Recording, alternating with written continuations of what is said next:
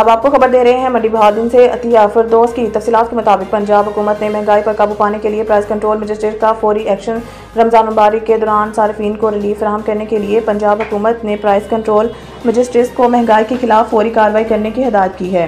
وزیر اعلیٰ پنجاب مریم نواز شریف کی ہدایت پر منڈی بہادن میں پرائس کنٹرول مجسٹریٹ زائد قیمتوں اور ذخیرہ اندوزی کو روکنے کے لیے روزانہ چیکنگ کر رہے ہیں۔ 17,276 معائنہ کیا گیا۔ پرائس کنٹرول ایکٹ کے خلاف ورزی پر 73 دکانداروں پر مجموعی طور پر 4,83,000 روپے جرمانہ عائد کیا، جبکہ متعدد افراد کو گرفتار بھی کیا گیا۔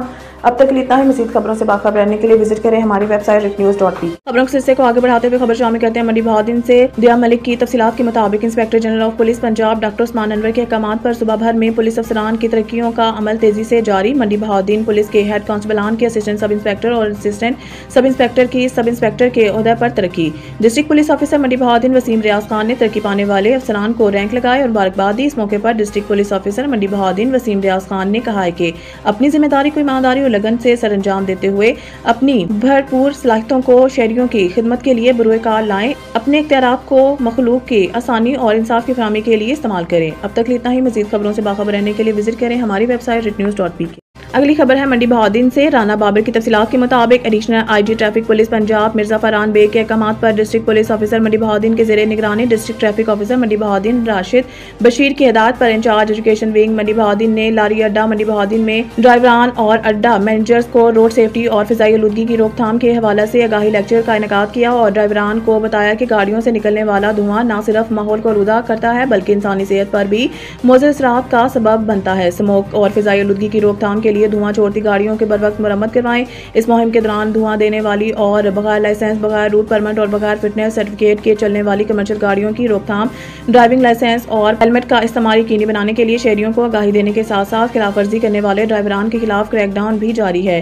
بعد ازاں شرکاء میں پمفلیٹس بھی تقسیم کیے گئے۔ اب تک اتنا ہی۔ مزید خبروں سے باخبر رہنے کے لیے وزٹ کریں ہماری ویب سائٹ recnews.p کے۔ خبر شامل کہتے ہیں ڈسٹرکٹ جیلم کے بیورو چیف کرم شہزاد مغل کی تفصیلات کے مطابق مومنٹس اسکول پنڈ دادن خان میں ایک شاندار تقریب تقسیم انعامات اور زرد منعقد کی گئی۔ اس پروقار تقریب میں مہمان خصوصی سال رینج میڈیا کلب کے صدر چودھری سلیم باغری تھے۔ تقریب میں طلباء کے قابل فخر کامیابیوں کا جشن منایا گیا، جہاں نمایاں کارکردگی دکھانے والے طلباء کو انعامات اور اسناد سے نوازا گیا۔